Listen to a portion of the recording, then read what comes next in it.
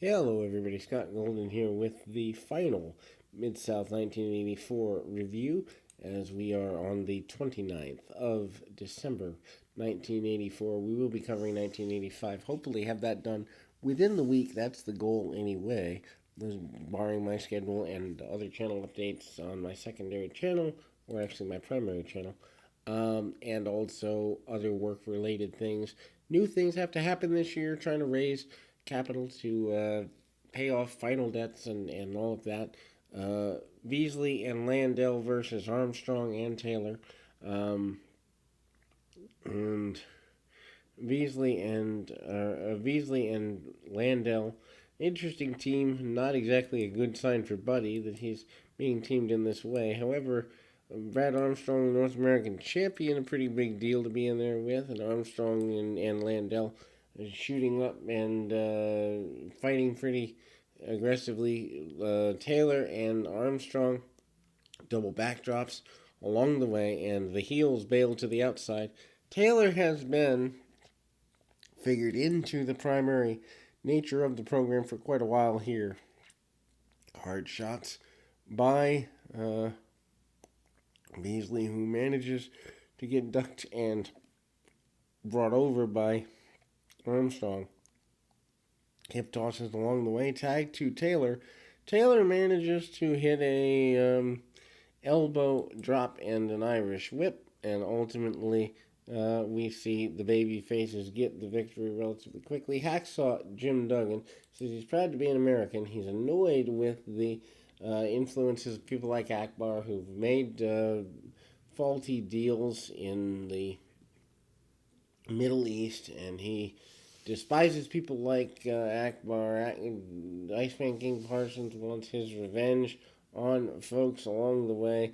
Duggan basically implies that he might have had soldiers or people that he lost over in various wars that are there or have been there in the area, and he's not happy with that. Mike Starbuck, not Starbucks the coffee shop, but Mike Starbuck, singular, against Kamala, not a good card to draw if you're Starbuck. Obviously, he's here to do the enhancement talent work, and Kamala still coming up as a major star in the area. He has, I don't think, gone to, well, maybe went to the WWF in 84, came back already. I don't honestly know. I think he was there in 83, 84, came back to Mid-South at the end of the year, went back in 86, 87, if I remember correctly. Anyway, Friday and Akbar protecting Kamala, punches, kicks, chops, basic stuff. Don't want Kamala to be wasted, obviously. Hits the chops, goes right at the man, and really very basic stuff there. Hard shots, and Kamala ultimately, with a really hard series of shots, hits under the throat and goes for choking. Manages to do just about everything he can, including several splashes, running at Starbuck, and manages to get the victory as one would expect. Owens and Hill versus the Rock and Roll Express. Rock and Roll Express continues to be one of, if not only, if not the greatest babyface tag team in the territory now and maybe forever. Who knows? We don't know everything that happens from 85 through 87 when they are sold, but can't imagine too many other teams being as dynamic as the Rock and Roll Express in this time or era. Tie up with Gibson, tag off to Morton. Morton with a drop kick under the chin. Morton and Gibson make several hot, consistent tags. We won't call them hot tags because there isn't peril for them to be in, but they tag off pretty consistently with each other, and Morton kind of holds on to the arm, continues the process, holds him up, and away we go. Arm bars and the like, and ultimately, um, kind of a big deal there. Knee drop across the uh, arm, and again we kind of go in a positive direction. Shot by uh, and a knee lift by Ricky Morton. Morton not getting all he wants out of it. Big back body drop between the former tag team champions, double drop kick, and the victory for the Rock and Roll Express. Match that people would come to want to see years later and are getting to enjoy now. A young Shawn Michaels against Ted DiBiase. Awesome deal. And DiBiase takes off the jacket, kind of getting an opportunity. Michaels gets taken down, riding time by DiBiase. Got to get rubbed into the mat. Amazing that they would have matches years later that were not worlds better than this, but much better than this once Michaels has more experience. But this is good for where it is. Michaels takes a beautiful bump on a hip toss, and DiBiase up and over with a body slam. Hits the dropped elbow and the reverse chin lock. Does DiBiase. DiBiase there with a body splash along the way and a kick to the midsection also. Roll through by Michaels. Michaels trying everything he can with a small package, among other things, to get things going. Sunset flip on DiBiase. Can't get DiBiase to give him the break he's looking for. Irish whip. And DiBiase with the back elbow nails him. And again, there we go. DiBiase with kicks to the side of the head. DiBiase continuing his assault. And the figure 4 is the eventual result. And gets a submission victory. Does DiBiase. We go next to Tim Horner and Tony Polk versus the Alamo Busters.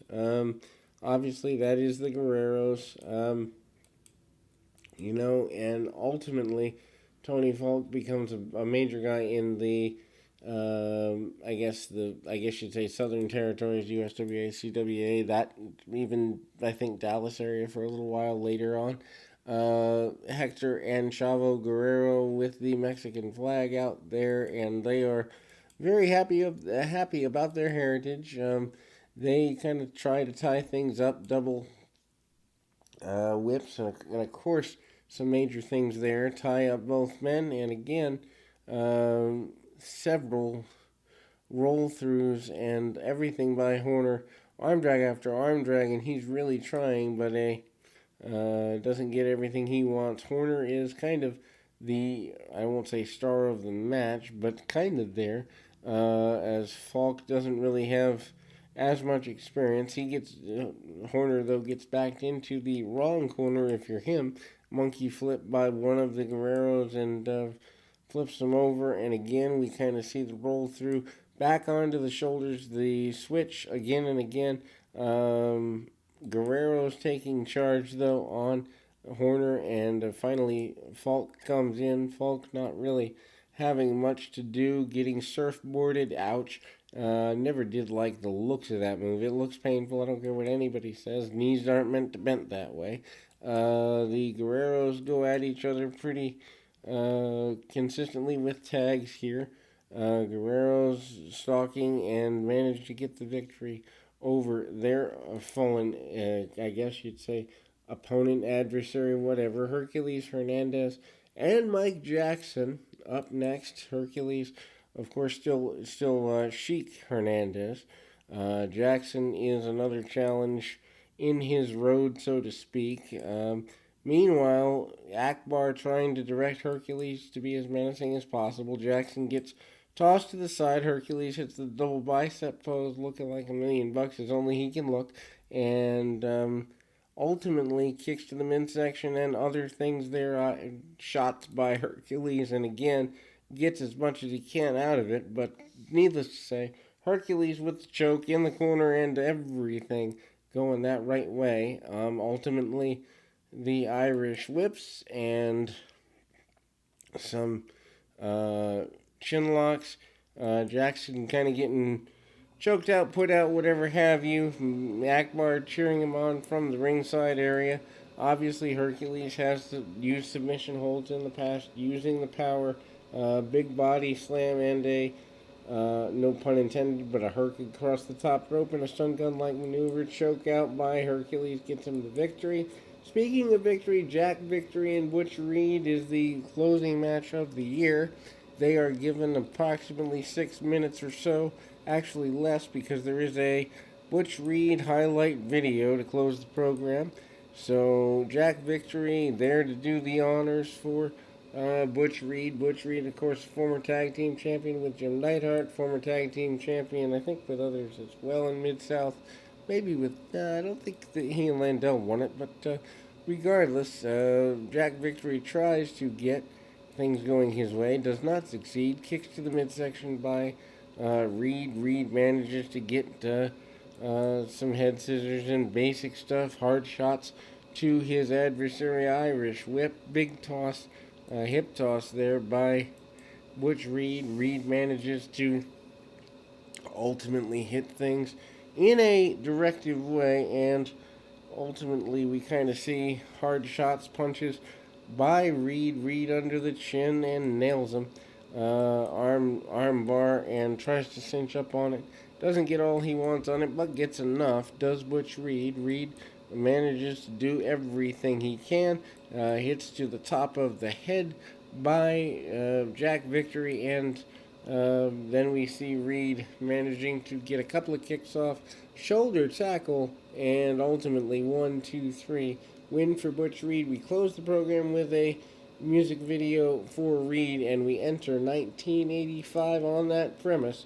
Hope you've enjoyed the run and the end of 81 through 84, all here for your listening pleasure and so much more. We will be back with some superstars tomorrow, superstars of wrestling, that is, about a dozen or so of those.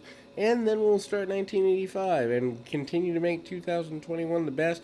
The ultimate goal of this channel, the biggest audio archive of television reviews and interviews possible in pro wrestling. Need your help, need your subscriptions, all that good stuff. Till then, keep your feet on the ground, your mind in the moment. Till next time, everybody.